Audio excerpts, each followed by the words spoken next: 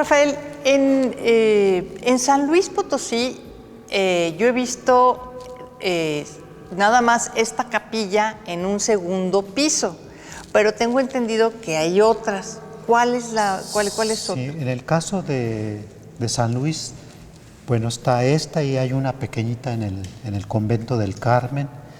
Y este hecho relevante, sin duda, ya lo había observado don Francisco de la Maza, un potosino ilustre que todos lo conocemos, diciendo que eran raras las capillas en planta alta.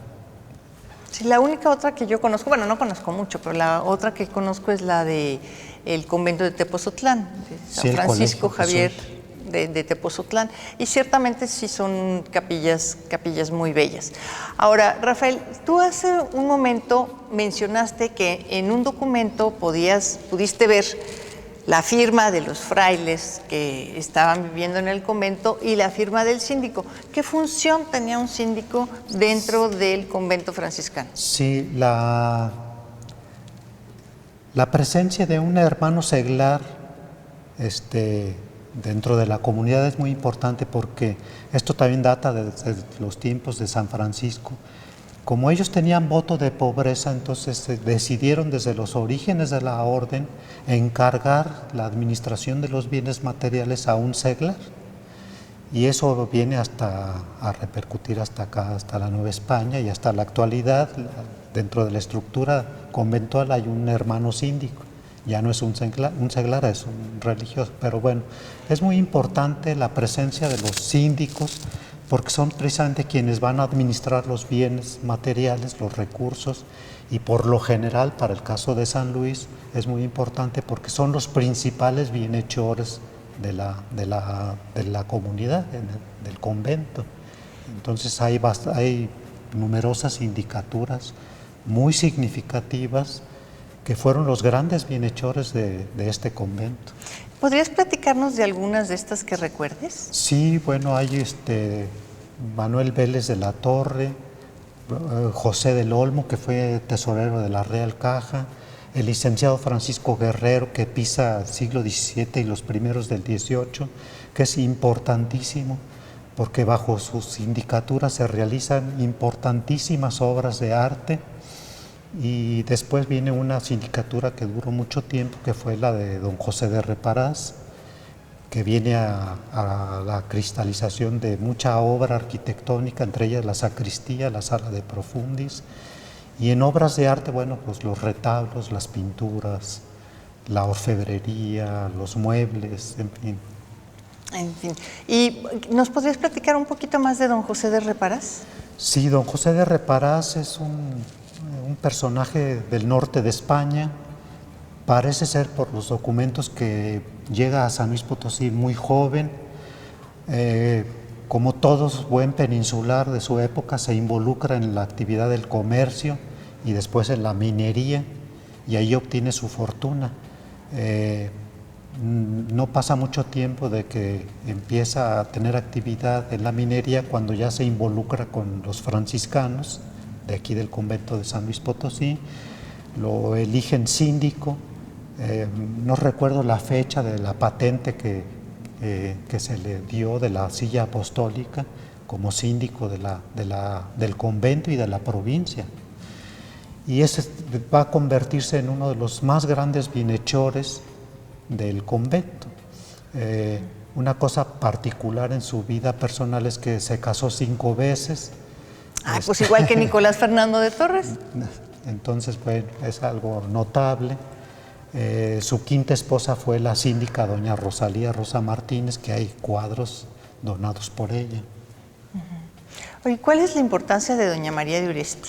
Doña María de Uresti, bueno, ella primero fue esposa de Damián de Saldívar, un rico minero, y una familia bastante notable en el norte de México.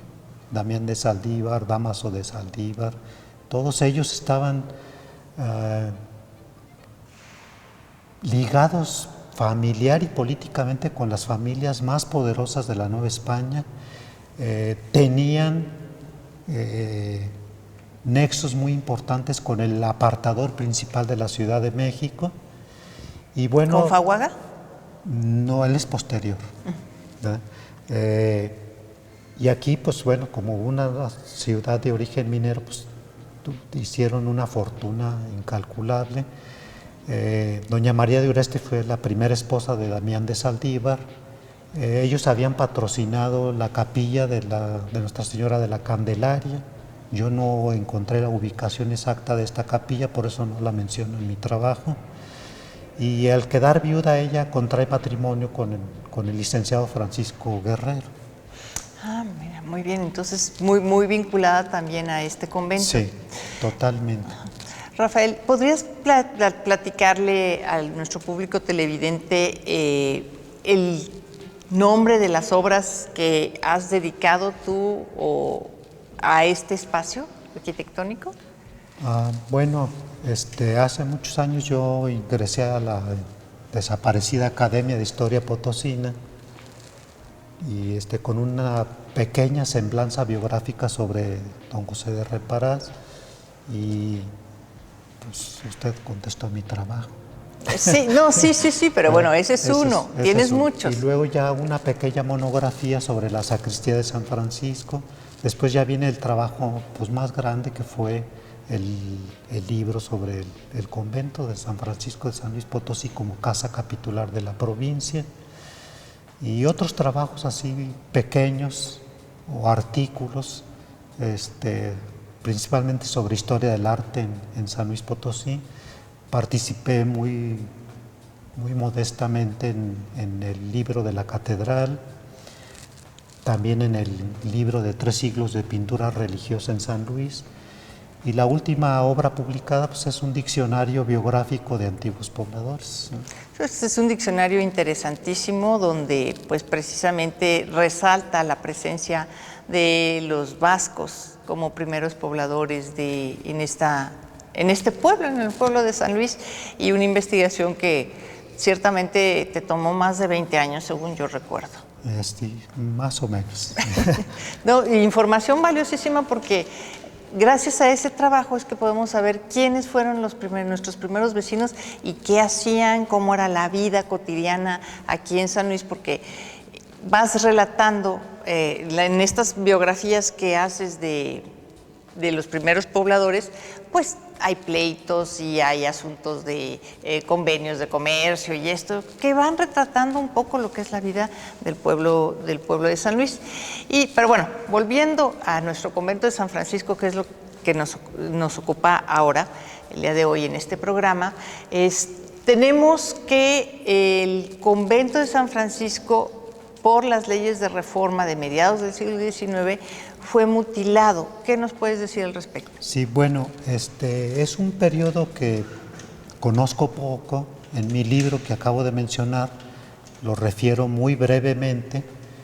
La razón es que no lo estudié a detalle porque ya la comunidad del convento de San Francisco estaba reducida al máximo. Ya había muy pocos religiosos. El monumento era muy grande y estaba en muy malas condiciones. Y bueno, lo que yo relato es un poquito este proceso que se va muriendo de anemia totalmente la provincia, se va reduciendo prácticamente a nada por la secularización, por la independencia y tantas luchas que se gestaron después. Y bueno, cuando ya esto estaba muy ruinoso, el gobierno de San Luis Potosí decide, a través de la instrucción de la Junta de Instrucción Pública, crear el Instituto Científico y Literario. Y se decide desde la creación del Instituto Científico y Literario que se ocupara el convento de San Francisco, cosa que no se llevó a cabo por lo ruinoso del edificio. Y aquí viene la cosa más triste, porque precisamente para obtener recursos lotifican el convento, lo destruyen, y finalmente el Instituto Científico y Literario se va a ocupar el antiguo edificio jesuita. Pero pierden todos los franciscanos, se quedan con una parte. Pues el convento queda mutiladísimo, y eso dio margen precisamente pues a grandes saqueos, a pérdidas terribles del patrimonio artístico. ¿Y quién notifica? Gobierno del Estado.